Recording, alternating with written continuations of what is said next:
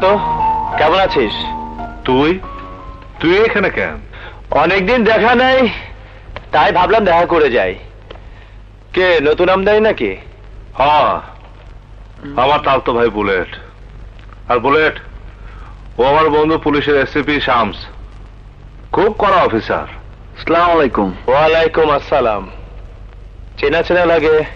এই নাটক ঠাটক করে তো, টিভিতে মনে হয় দেখছো। আবুলকে কে খুন করেছে শান্ত? হ্যাঁ, আবুল ভাই খুন হয়ে গেছে। ইন্না লিল্লাহি ওয়া ইন্না ইলাইহি রাজিউন। শুনছেন শান্ত ভাই, আবুল ভাই নাকি খুন হয়ে গেছে? আহারে, খুব ভালো খুর মারতে পারতো রে, এক টানে ভুরি বাই করে ফেলাইতো। ও কি পারতো আর না পারতো সেটা আমি ভালো করেই জানি। কে খুন করেছে আবুলকে? আমি কেমনে কমু, আমার লগে আর কোনো যোগাযোগ নাই। ওই দিন তুই কোথায় ছিলি শান্ত? এই মৌতের সাথে একটা অ্যাপয়েন্টমেন্টের যোগাযোগ করতে গেছিলাম, সাক্ষী প্রমাণনা দিতে পারবো।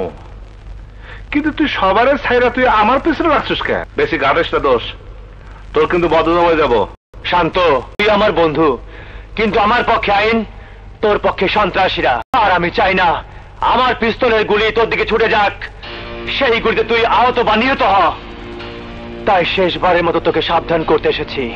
গুলি যখন পিস্তল থেকে বাইরে দোষ, তখন কে বন্ধু আর কে শত্রু তা চিনে না। তুইও সাবধানে থাকিস।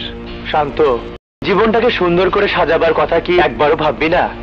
আগুন নিয়ে কি সারা জীবন খেলবি? তুই কি চাস তোর লাশ রাস্তায় শেয়াল কুকুরের মতো পড়ে থাকুক?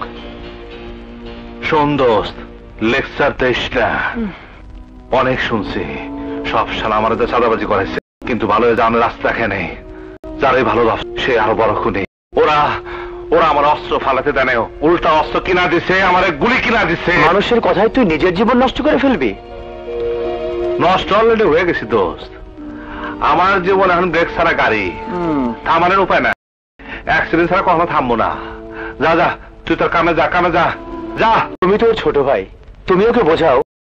শোনেন ভাইজান, যার যারটা তার তার কাছে। এই অন্ধকার জগন্নাথ